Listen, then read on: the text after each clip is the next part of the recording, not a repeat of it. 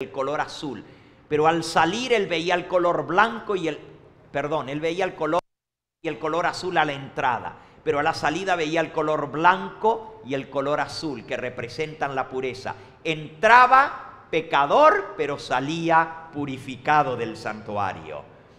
Entraba con la sangre, pero salía limpio de la sangre, porque el Cordero había cargado su pecado y había muerto para pagar su transgresión.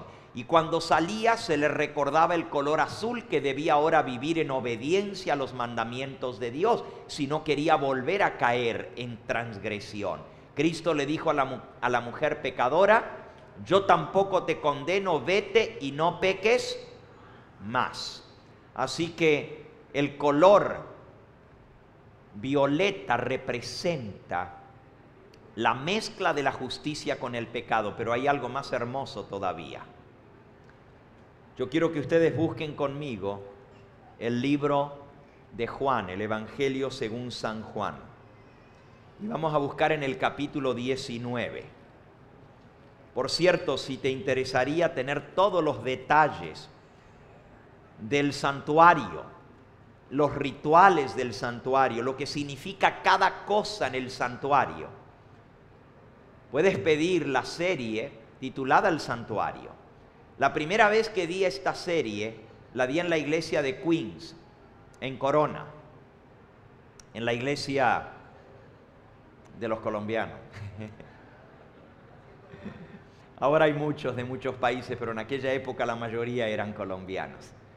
Allí predicamos eso hace casi, a ver si no recuerdo mal, hace como 30 años atrás. De verdad, como 30 años atrás o 25 años atrás allá en Queens.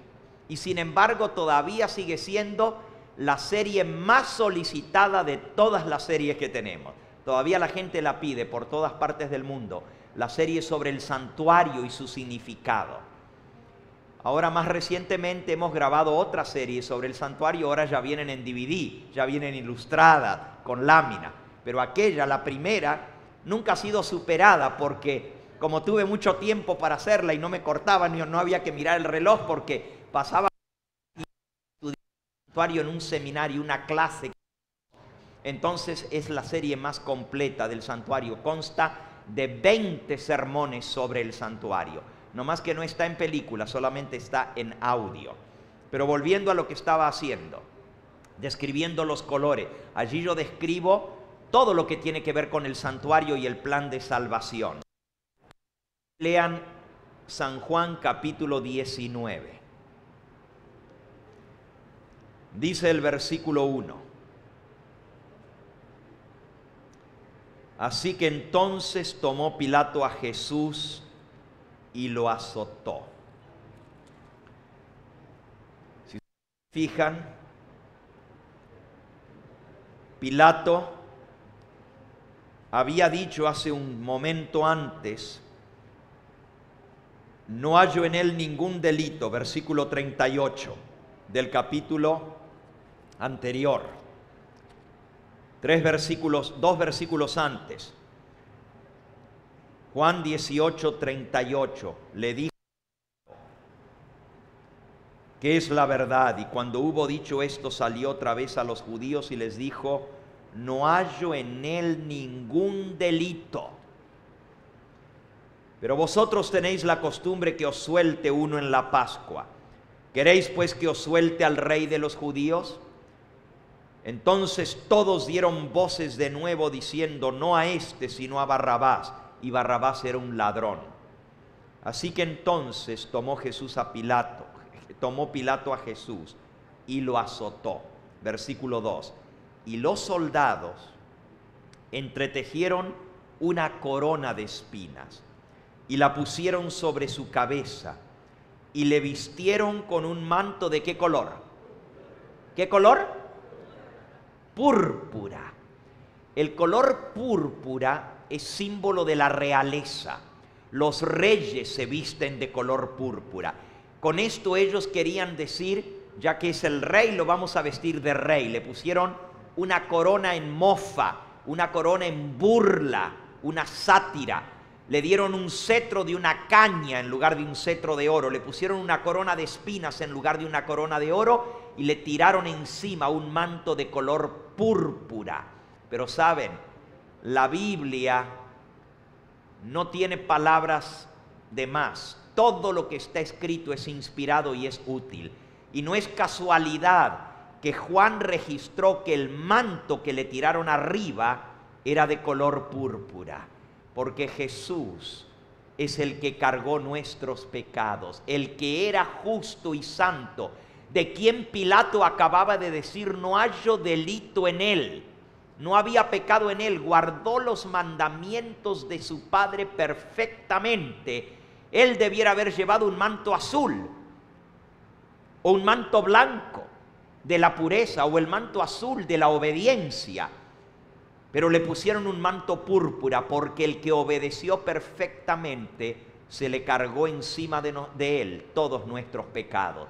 Y esa pureza inmaculada de Cristo, representada por el color azul de los mandamientos de Dios, su justicia perfecta, se mixturó, se mezcló con el rojo de nuestro pecado y como resultado Él cargó el manto púrpura. Él está representado por la puerta del santuario. La puerta del santuario de color azul, púrpura y carmesí. Ahora mirando desde adentro hacia afuera. La parte interior de Cristo, como en el santuario, perfectamente obediente. La parte exterior, los hombres lo vieron como un pecador, como un ladrón. El ladrón de al lado lo trató como si fuera un malhechor. Y en realidad murió como malhechor. Él le dijo a Nicodemo: como Moisés levantó la serpiente en el desierto, así es necesario que el Hijo del Hombre sea levantado. ¿Y por qué la serpiente? La serpiente es símbolo del pecado, símbolo de Satanás. Cristo murió como serpiente, pero también murió como cordero inmaculado. Es esa mezcla, la mezcla de la justicia del color azul con la mezcla rojo del pecado, lo que Cristo cargó, manto púrpura. Qué hermoso simbolismo del santuario. Y gracias a que Él cargó el manto púrpura, nosotros podemos salir del santuario purificados, limpios de todo pecado por la sangre expiatoria de Cristo Jesús. Volviendo ahora al pecador. El pecador venía al santuario. Veía el color rojo, le recordaba su pecado. Veía el color púrpura, le recordaba que toda su justicia eran como trapo de inmundicia y que no podía hacer nada él para salvar el pecado, sino derramar su propia sangre. Era merecedor de la muerte. Él sabía que venía contaminado y el color azul y rojo se mezclan para formar el púrpura. Pero una vez que pasaba por debajo de esa puerta, reconociendo que era pecador, se agachaba para pasar debajo de la puerta. Y recuerden que Cristo dijo: yo soy la puerta por la cual entran las ovejas. La oveja era el cordero que venía a ser sacrificado, inmaculado, inocente, nada había hecho. El pecador tenía que agacharse para pasar debajo de la cortina, reconociendo su pecado. Se acercaba al altar, llevaba el cordero con cuerdas a los cuernos del altar, y luego dice el libro de Levítico que colocaba sus manos encima de la víctima, encima de la ofrenda expiatoria por el y confesaba su pecado sobre el animal inocente. Simbólicamente, el pecado se pasaba del pecador al cordero. Ahora el cordero era el pecador.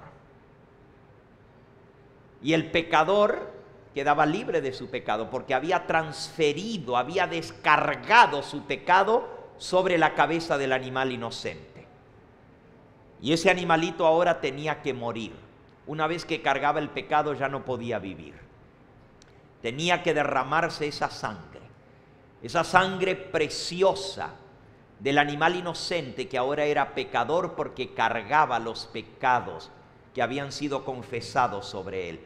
Y hermanos, el mismo pecador tenía que tomar el cuchillo y degollar al cordero inocente. La sangre salía a borbotones. Y esto le recordaba al pecador cuán caro es el pecado, que cuesta la vida del pecador. El pobre animalito inocente ahora era pecador. Les pregunto, cuando el pecador confesaba su pecado, ¿quedaba libre del pecado, sí o no? ¿Quedaba libre? Él sí, pero ¿quién cargaba el pecado? El cordero. Y cuando el pecado moría, ¿ya se había hecho la expiación por el pecado, sí o no?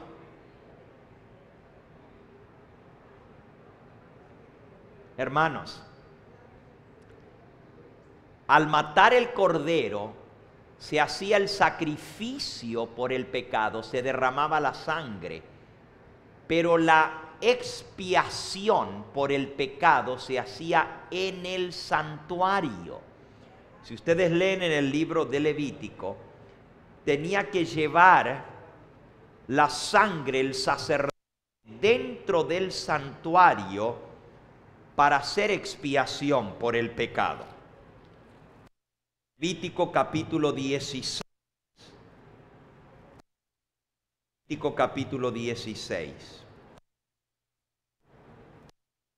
Dice el versículo 15: después degollará el macho en expiación por el pecado del pueblo. Llevará la sangre detrás del velo adentro, y hará de la sangre como hizo con la sangre del becerro, la esparcirá sobre el propiciatorio y delante del propiciatorio, y así purificará el santuario a causa de las impurezas de los hijos de Israel, de sus rebeliones y de todos sus pecados. Así, cara del pecado tenía que llevar de la sangre dentro del santuario. La expiación por el pecado no se hacía en el altar. La mayoría del mundo cristiano cree que con la muerte de Cristo se hizo expiación. Pero en verdad la palabra de Dios enseña que la expiación se hace en el santuario. Cristo no solamente tuvo que morir, pero también tuvo que resucitar y ascender al cielo y entrar en el santuario con su propia sangre para hacer expiación por el pecado. Lo acabamos de leer en Hebreos en el capítulo 10. No con sangre de machos cabríos, dice el capítulo 9 y versículo 10. No con sangre de machos cabríos ni becerros, sino por su propia sangre entró de una vez para siempre en el santuario, habiendo obtenido eterna redención. Capítulo 10 y versículo 10. En esta voluntad somos santificados mediante la ofrenda del cuerpo de Jesucristo hecha una vez para siempre. Y el apóstol San Juan nos dice en Primera de Juan, en el capítulo 1 y en el versículo 7: pero si andamos en luz como Él está en luz, tenemos comunión los unos con los otros, y la sangre de Jesucristo, su Hijo, nos limpia de todo pecado. Cristo se presentó ante el Padre para ofrecerse por nosotros ante Dios con su sangre. Y ahora llegamos al segundo pacto. Ya hablamos un poco de este segundo pacto. Hoy leímos los pasajes. Como en el santuario terrenal, que era símbolo del celestial, era el santuario del primer pacto. Para ser perdonado tenía que confesar su pecado. Pero para expiar el pecado, el sacerdote tenía que llevar la sangre dentro del santuario y rociarla frente al velo, y así se hace expiación. Si la sangre no era llevada en el santuario, no se había completado la expiación. Y saben, era un peligro muy grande, porque si al sacerdote se le olvidaba de llevar la sangre dentro del santuario, él cargaba el pecado. Y si él se presentaba al día siguiente ante Dios, pero cargaba el pecado, iba colgado dentro del santuario, era fulminado por la presencia de Dios, porque no se puede presentar ante Dios con pecado. Por lo tanto, el sacerdote solamente podía entrar en el santuario con sangre. Y antes de ministrar tenía que hacer un sacrificio por él mismo para la expiación de su propio pecado. Y luego podía ministrar por los pecados del pueblo. Pero los sacerdotes entraban muchas veces en el santuario, no siempre para hacer expiación. Tenían que entrar para prender las lámparas, para echar aceite al candelabro. Tenían que entrar para cambiar los panes de la proposición. Tenían que entrar a la hora del servicio matutino y vespertino. También de la oración para hacer incienso. Y cada vez que ellos entraban, si había pecado en ellos que no estaba confesado, podían ser fulminados por la presencia de Dios, porque Dios es fuego consumidor. Entonces tenían que estar libres de todo pecado. Imagínense que un sacerdote no hubiera hecho expiación, no hubiera llevado la sangre dentro. La sangre llevaba el pecado. En la sangre está la vida, dice la Escritura. Y cuando el sacerdote esparcía 7 veces la sangre y tocaba los cuernos del altar, el pecado se transfería al santuario. Ya no cargaba el pecado. Mientras él iba, el pecado estaba sobre él. A veces el sacerdote tenía que comer la carne de la expiación y el pecado estaba en él. Él cargaba ese pecado y tenía que hacer expiación por el pecado dentro del santuario. De igual manera, hermanos, en el nuevo pacto, Cristo derramó su sangre en el atrio del santuario. El atrio representa su obra aquí en la tierra, pero ascendió al cielo para ofrecer su sangre por nosotros en el santuario celestial. Así nos dice la epístola del apóstol San Pablo a los romanos, en Romanos capítulo 8, versículo 33 y 34. ¿Quién acusará a los escogidos de Dios? Si Dios es el que justifica. ¿Quién es el que condenará a los escogidos de Dios? Cristo es el que murió, más aún, el que también resucitó, más está a la diestra de Dios y el que también intercede por nosotros. Así que Cristo ascendió al cielo para interceder por nosotros. Romanos capítulo 5 y versículo 8 y 9. Mas muestra su amor para con nosotros, por nosotros, mucho más estando ya justificados en su sangre, seremos salvos de la ira. Porque si siendo enemigos fuimos reconciliados con Dios por la muerte de su Hijo, mucho más estando reconciliados, salvos por su vida. La gente dice que nosotros somos salvos por la muerte de Cristo. El que dice eso no entiende el plan de salvación. Y hay muchos que dicen, Cristo nos salvó con su muerte. La Biblia dice que con su muerte fuimos reconciliados por su sangre, pero somos salvos por su vida, porque Él intercede por nosotros.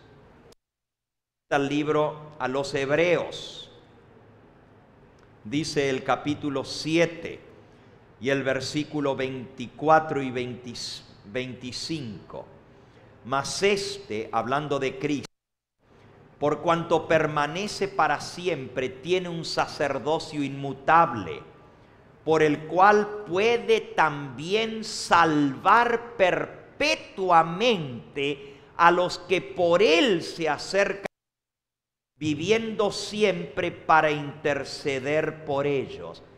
¿Cómo es que Cristo nos salva? ¿Por su muerte? Aquí dice que por su intercesión puede salvar hasta lo sumo a los que por él se acercan a Dios.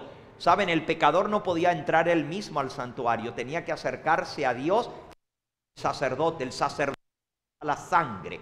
Cristo es nuestro sacerdote, que lleva su sangre y la lleva al santuario y se presenta ante Dios, presenta los méritos de su sacrificio y por esa sangre nosotros somos perdonados. La expiación no se hace en el altar del sacrificio. La expiación no se hizo en la cruz del Calvario. En la cruz del Calvario se hizo la ofrenda expiatoria, se derramó la sangre. Pero Cristo tenía que llevar su sangre, introducirla al santuario para hacer la expiación. Por eso el nuevo pacto se ratificó en el monte de Sión, donde está el santuario de Dios. El monte de Sión está no dentro de la Nueva Jerusalén, sino en las afueras, a los lados del norte. Allí está el santuario, el tabernáculo que levantó Dios y no el hombre, el templo sublime donde habita el Todopoderoso. Allí se realiza tu salvación y la mía. Perdonen, hermanos, que insista, pero tu salvación no se realizó en la cruz del Calvario. Se realiza en el templo celestial, en el santuario que está en el cielo, dice la Biblia. Allí es donde Cristo intercede por nosotros y por su vida somos salvos. Por su muerte fuimos reconciliados. Su sangre pagó la deuda, pero ahora Cristo tiene que aplicar esa sangre a cada individuo. Si fuera cierto que somos salvos en la cruz del Calvario, entonces toda la raza humana sería salva, porque la sangre de Cristo es suficiente para salvar a todos los pecadores. Pero solamente son salvos los que reconocen su pecado y van al santuario. Solamente podemos ser salvos si por la fe entramos al santuario y Cristo presenta su sangre por nuestros pecados, Padre, sobre el propiciatorio en la presencia de Dios. Así es como somos santificados por la ofrenda del cuerpo de Cristo. Hermanos, esto es solo el comienzo. El tiempo se nos ha acabado. Tenemos que terminar. ¿Cuántos minutos más tenemos? Ok, tenemos unos minutitos más que nos han dado, gracias a Dios. Entonces vamos, sí, esos minutos. Vamos rapidito entonces. Ahora, hermanos, esto es muy importante que entendamos, porque mañana vamos a ver el tercer pacto. Hoy estamos viendo el segundo pacto, y el segundo pacto es con la sangre de Cristo. Miren lo que él dijo en San Mateo capítulo 26 y versículo 26 al 28. Mientras comía, Jesús tomó el pan, lo bendijo, lo partió, lo dio a sus discípulos y dijo: tomad, comed, esto es mi cuerpo. Y tomando la copa y habiendo dado gracias, les dio diciendo: bebed de ella todos, porque esto es mi sangre del nuevo pacto, que por muchos es derramada para remisión de los pecados. El nuevo pacto se realiza, se ratifica por la sangre de Cristo que fue derramada en la cruz del Calvario. Pero Cristo resucita, intercede por nosotros, asciende al cielo. El apóstol San Pablo, escribiendo a los Corintios, en Primera de Corintios, capítulo 15,